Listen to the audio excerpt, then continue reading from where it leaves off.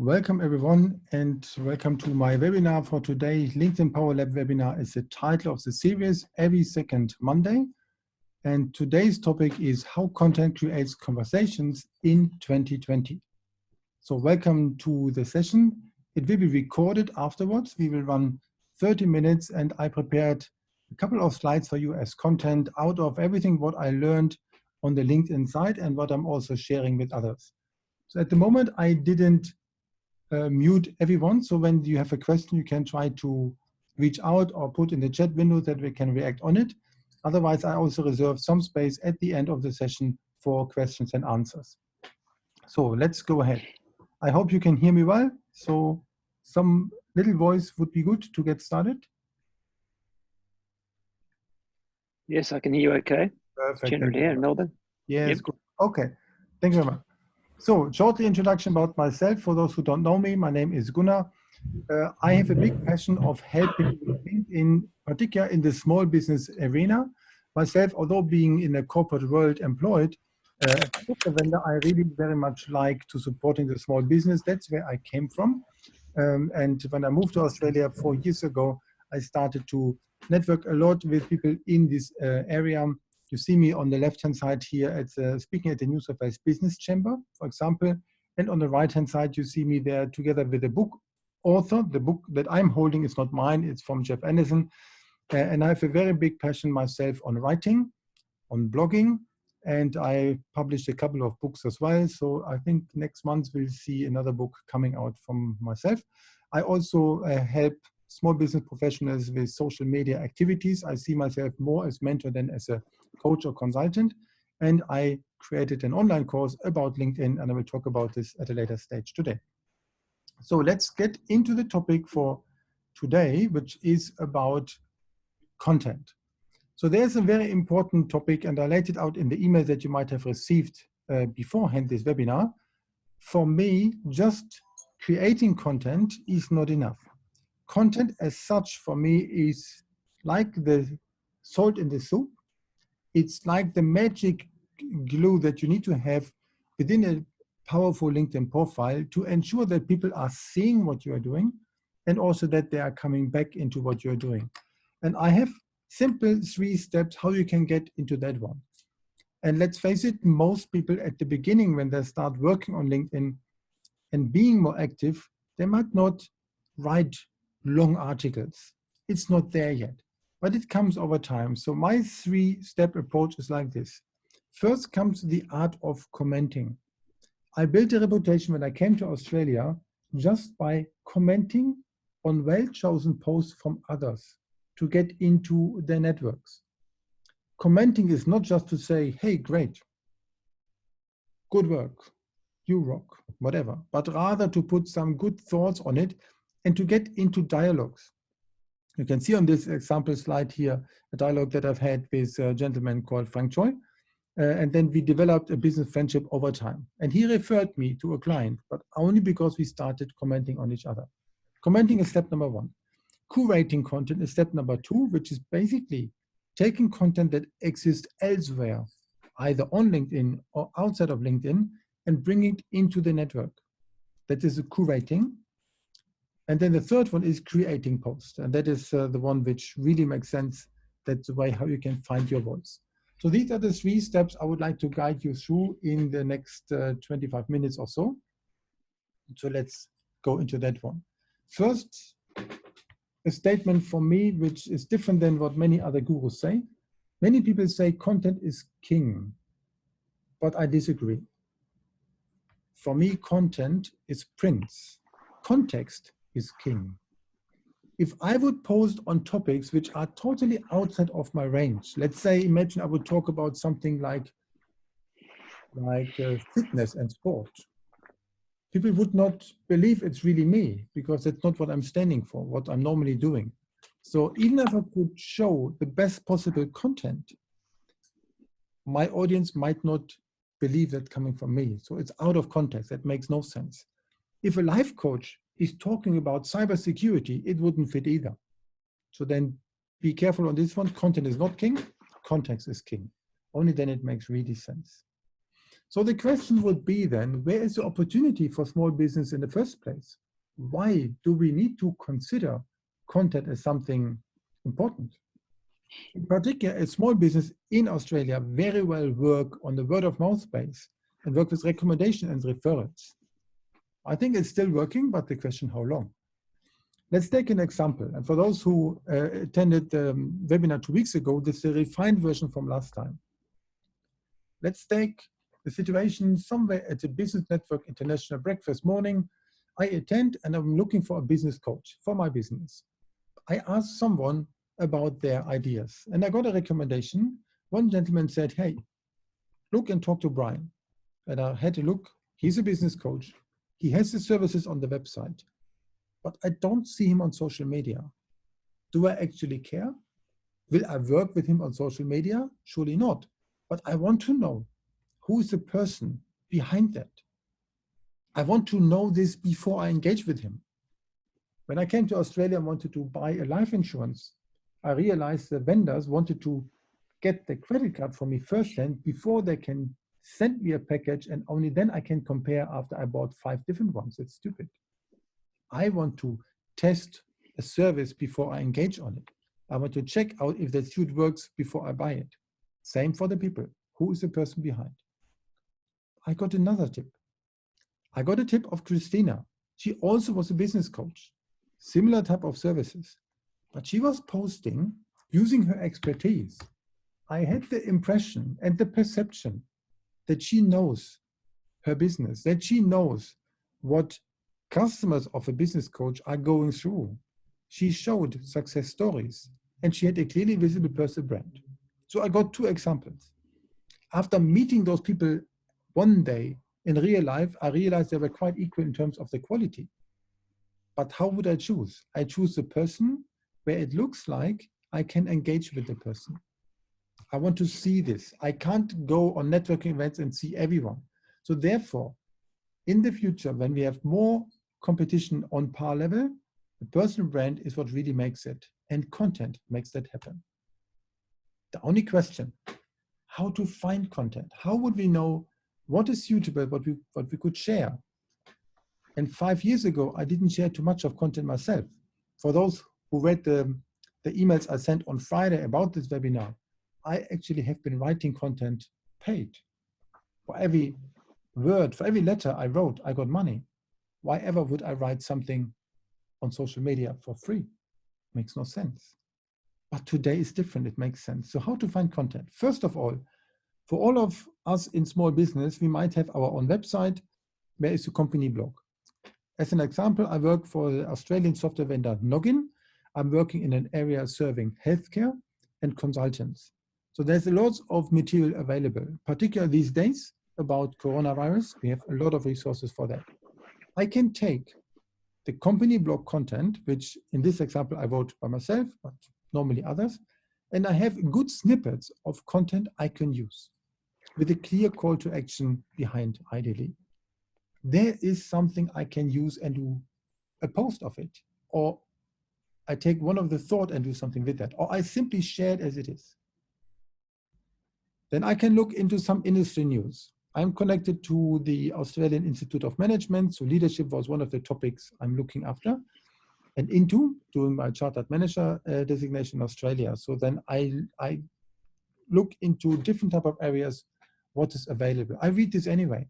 I scan this and realize that is an interesting article. If you can see on the screen, if you are known for any of these 5 habits, your emotional intelligence might be higher than most people. I shared that. I would write the word habits with a Z, but that's a different thing. So capture what makes sense anyway. And then you might be invited to interviews, to podcasts. Here's an example that was from a friend of mine, Mario Beckes, who's running a radio show. So that's good. And Jen Williams went there and has been speaking on that one. So of course she can write about that later. So there's various ways where we can create content. We only need to find the ways and do that. And that indeed is possible. So you see more and more. I read today that that everyone is looking, if you want or not, into 5,000 different types of marketing messages a day. everywhere, on social media, on newspapers, on billboards, on the bus just passing by, everywhere. Catch that. There's only one thing what I believe makes sense on content. And that rule is 80% what you share should be educational and 20% about our services. There are people who turn it the way around and are begging for business, too desperate, without sharing value first place. And that is not how it works anymore. So the first part is how to comment. And I'm a big fan of this one. I got a reputation on this. So I met recently, again, one of the top sales bloggers from Australia, Tony Hughes. He has some 300,000 plus followers. And he mentioned in particular this, that he liked what I comment, adding valuable content further, or provocative thoughts, or whatever. So not just writing great posts, well done, you rock, or something like this, or just repeating something might help getting more views. But at the end, we would like to turn conversations into business. So rather, find your voice, comment something, add further thought, become recognized for the quality of your thoughts, not just by the quantity. The good thing is, if you find people who are commenting well, you can get into dialogues. You find out other commenters might be good additions into your network. It makes sense to not just leave a comment, but really take it from who you would like to get into your tribe. Give you an example here. There was a gentleman who at the time of writing was not even a first grade connection. He wrote something like, as I work on my own brand, consistency has been the true North Star. I really appreciate the tips. And then I started an engagement with that and the dialogue. It goes even further on. In the meantime, I'm connected, and he referred me to one client who can become my client. So it is based on a good comment. I do something with that. And I know it might be now small on the screen. You will receive the slides afterwards. Then you can see that even a little bit better. I'm a big fan of the comments. Give you another example. Crisis management is a big topic of my company, Noggin. So then we had a post, which I shared 2 slides before. Planning about testing was the title, about crisis management plans. That was the post. But then later, some people started to comment on that one. Here's one gentleman, Kerry McGoldrick. He's an expert on resilience. He really not just only posted, but he even added hashtags for this, so that his post or his comment is visible. And another one, small, I know, but you see in the slides later, Matthew Harper, he's a consultant. He perceives getting business out of doing comments. That's what it's for. We can really engage with people who we normally would not be able to talk to. And that's what I love in commenting. I'm a big fan of commuting by ferry. So then I comment every morning and in the afternoon. I love that. So the next step is curating, taking material from others and share this. For me, important thing is here, 2 words, balance and relevance. Ensure that you really have the right balance of not posting too much useless, but take something that is relevant. So here's an example about leadership, what I shared from somewhere, from Forbes, good magazine for that. This is the most important leadership test in the world. Sounds good? But the critical thing for me is not just to share that as is. I rather add comments, questions, hashtags to show why this is relevant. I got 1,000 views. That's nice. It doesn't work always. Take this example here. Should be good. 7 uncomfortable rules of life everyone knows, but only a few follow. Sounds like interesting, but the picture is not that enticing. Only 240 views. Bad thing happened last week. And then another lovely example, 12,000 views for an article on LinkedIn from a gentleman who I wanted to do business with. So before reaching out to him and saying, hey, you could be a consultant of my company, I engaged with his content and I got 12,000 views for this cyber security article. Lovely. So that's how to get into this, using sharing, not just to please your network, but use sharing as well of taking content from someone who would like to engage with and give them value of a larger audience. But be careful. There's a lot of stuff which is there, and find your work well. You can put on a Google alert to automate the Google search. Why would you always need to do this by yourself? It makes no sense. When you can already do this that way. Then you can have tools like, for example, Feedly. Feedly is one nice example where you can program that it gives you choice points all along. By the way, yeah, I got a note that somebody should rather mute the phone. I think, Gemma, that could have been yourself. Thank you. So then Feedly is an RSS reader app that you could automatically get some kind of content that suits you, like topic like social selling for me. The next one here, associations. So in my case on risk management, I'm connected to the Risk Management Institute, and they have, of course, a couple of different type of topics, events, and so on. And that is a good way how to really look into content that can be further shared with your audience. Grow your network, look what type of content is there, and take the topic and do something with it. When you share someone else's content, you share the link to that, look itself who's then also commenting on that one. Somebody might say LinkedIn doesn't like content that goes out. That's true, but it still is relevant. And one profit tip, what I'm doing from time to time on that one, if I would like to share material which is leaving LinkedIn, like to our blog or whatever, I post first about it, maybe with a picture, and I add the link inside later. So then the algorithm is placed and my readers are happy. The next one on content, and that for me is a very, very critical one. The next one is creating your own content. That is the really good stuff. If you want to create your own content, then on LinkedIn, if you take a phone like a current iPhone or Samsung or whatever, the bigger ones, then at least you realize one thing. You realize that a full screen is about this size of a post, like 1300 characters max or 200 words, that you can read in maybe 5 minutes. It can have pictures. It can have plenty of pictures, but the bad thing is on the pictures, you have no chance to change the pictures afterwards. That does not do. So you need to pay attention to that one. But doesn't matter. Okay, that is a post how it would look like, 4,000 views, lovely. And the post itself is not more than that. It really is a screen of an iPhone. You can see also I have 4 bullet points. I always play with symbolic numbers, always 4 that you can consume in small chunks, and that's the way how that should work. So that's how it goes on a post. Use hashtags when you write post, ideally 3 at least, and it's not Instagram. Don't put the majority of the post as hashtags. You can use them just at the bottom, but I'm a big fan of using hashtags in the middle. If you see on the right-hand side, the words LinkedIn and Social Selling Monday are really jumping into your eyes because they're bold and blue. You can use hashtags very carefully that way. That's a good one. Next one, add pictures, but you can't change them afterwards. Maybe you can close with a question to entice comments. Some people read, have the question at the end, and then they comment accordingly.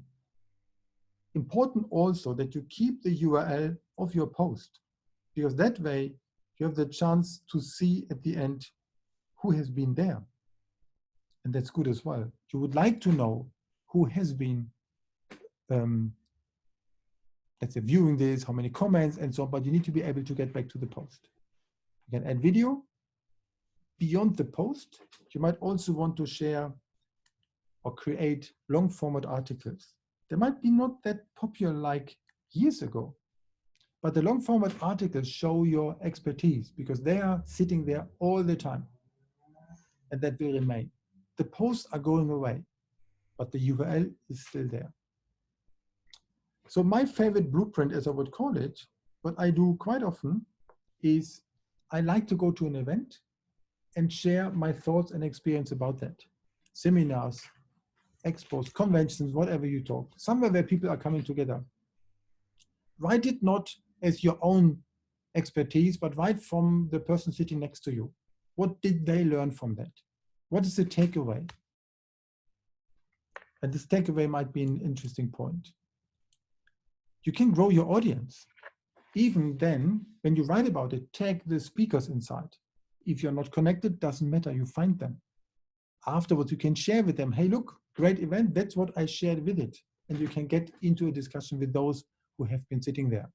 As an example, I posted about a sales event in Sydney last week, Thursday, got some 5,600 views. I don't want to brag with the numbers, but the interesting thing was I got interesting conversation with those people who have been sitting there in the panel. It was 4 ladies talking about their sales experience, and I had great personal messages with them. It was very good to learn further. Here's another example of Graham Hawkins, one of the top sales bloggers as well, book author, and he had an event at HubSpot. That was the post. I even shared 7 things, 7 topics, what I learned about that. And that also got a good engagement with them, with the HubSpot people who I know, like Dave Shepard, who's on the right side, the country manager. It helps to get out there. A funny remark from one gentleman who is from initially British, but he's in Australia. He mentioned about my key takeaway. He said, my favorite takeaway is Thai. I love that humor. But you know what I mean with takeaway. So really share what you learn. And that's all about. Don't pitch straight away to say, I sell this, but get into the discussion. The real selling happens on LinkedIn, not directly, but in the direct messages afterwards. That makes much more sense. So also you can run into weekly series to write about the same topic, plus minus at the same day. So I'm writing about social selling. Like today in the morning, I wrote actually about commenting and creating. So, and I gave it a hashtag, Social Selling Monday. Happy if you could follow that you can always get this type of post. Just post, nothing else, not selling, just giving value. I always add 4 practical tips to have something with it. And I also like to tag people in there. That's always a good one. I even created a website where all of them are visible, Social Selling Monday, that you can see all of the episodes. You can do this as well. If some of you, like Gopi, we had the discussion earlier today, that you are blogging as well and you are an expert on business intelligence, write every Monday or whatever day about it. Do something continuously and get engagement on that. That will really help you. So Miss talking about it on the phone earlier today, but you see the point. Do something in that direction and you can really boost your audience with that. That's a good one. So content is a critical thing. I strongly believe when you are on a journey using LinkedIn, then what's very important is really that you have the right profile and you are putting content out, and this content can help to turn conversations into closed business. In the first step, I put comments on. In the second step, I found good content from somewhere and shared it. In the third step, I'm mostly now using my own content that I'm writing, and sometimes it goes fast. Today in the morning, my episode, I wrote sitting on the ferry, 10 minutes, but I knew what I wanted to write about. Have that ready, have that available, and then engage with the people in a timely manner. That's important as well. If people are commenting on it, comment as well. Maybe not directly live, but at least on the same day. This helps to build a tribe, as I would call it, or a network. And this network can be large. You can grow this a lot. Out of this one, what I've done, I went into creating even not just the social selling posting every Monday, but I created a meetup group here in Sydney about that. And I had a couple of events ongoing last year and we'll do some more this year.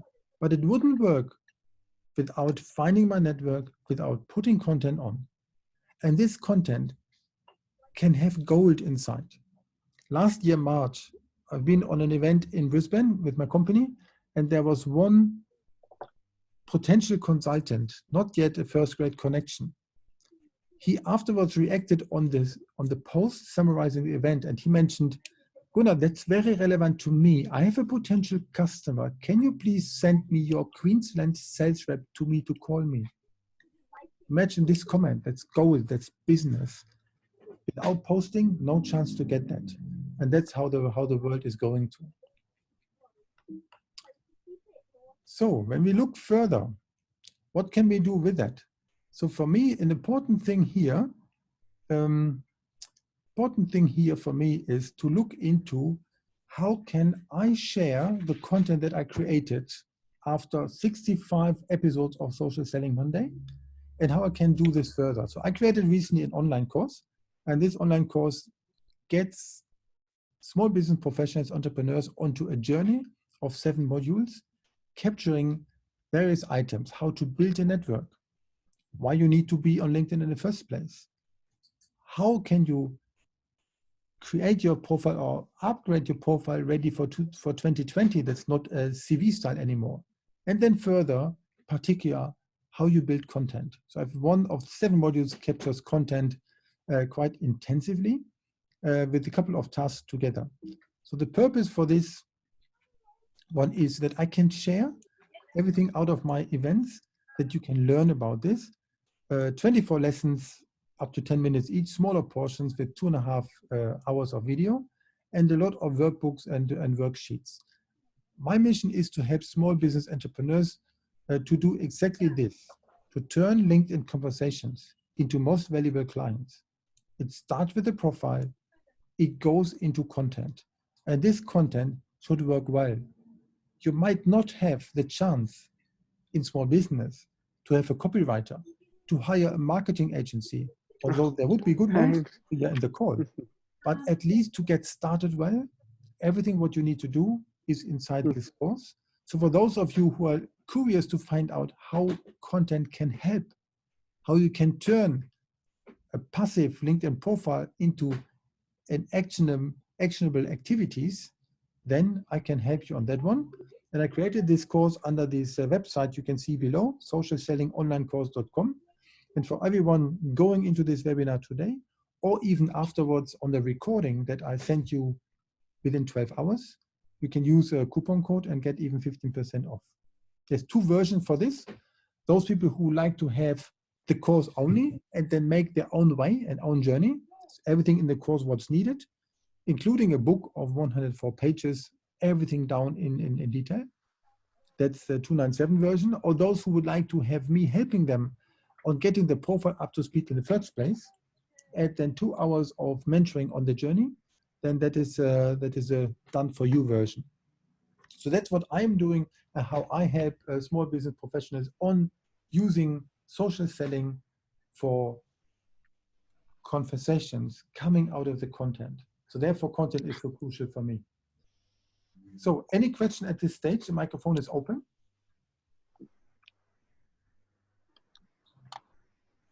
I see that that now, Trevor, you are writing something.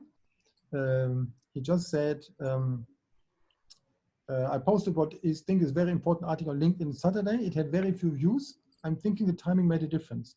So my view here, Trevor, first of all, if it's article or post makes a difference in the views.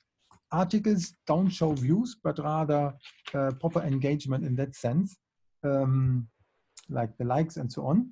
But the timing, there are many people who choose the time when they have it, when they write it, but not when the audience is ready to read it, as an example. So typically would be a risk advisory manager at Deloitte, I know him quite well, good content, 5 messages on the weekend, but nobody is thinking about crisis management, resilience type of topics which are more work related when sitting at the beach. I rather suggest, Trevor, write this for you, but post it then when your audience is seeing this, maybe during commute time, maybe during a lunch break. So it depends, the audience, there's a different timing. Maybe put it on before you go to BNI in your chapter. There's different type of timing that you can play with. And in this course, I have a content calendar, which allows you to put even the thoughts on how you, when you can get the best views, that you can track all of this one. So that's an important thing. Thanks for the question, Trevor. I appreciate that. Yeah, thanks. And also, Priya, yeah, you've been looking and going through the course already, so that's a good one as well.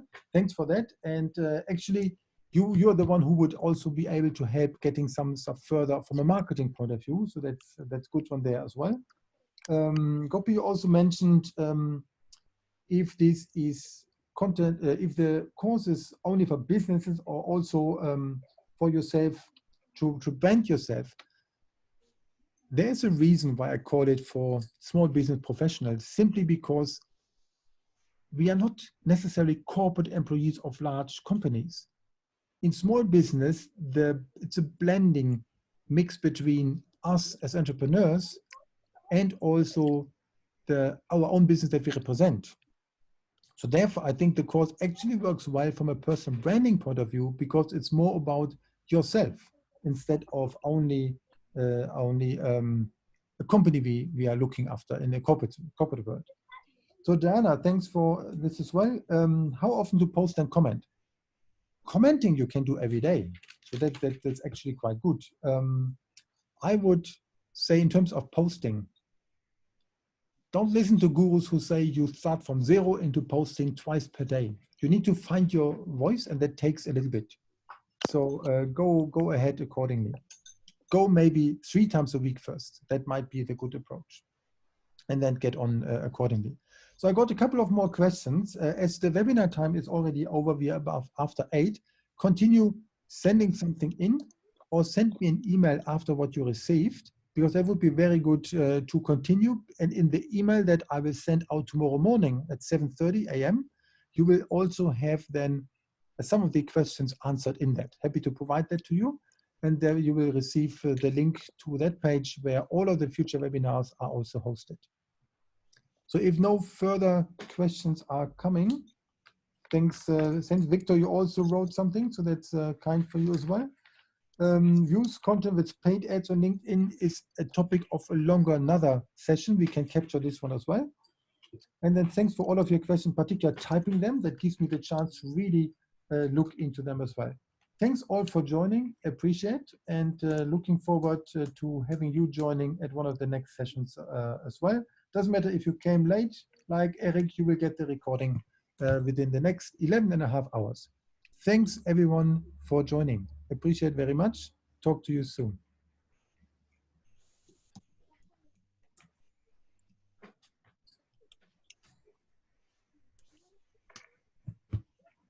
Bye-bye.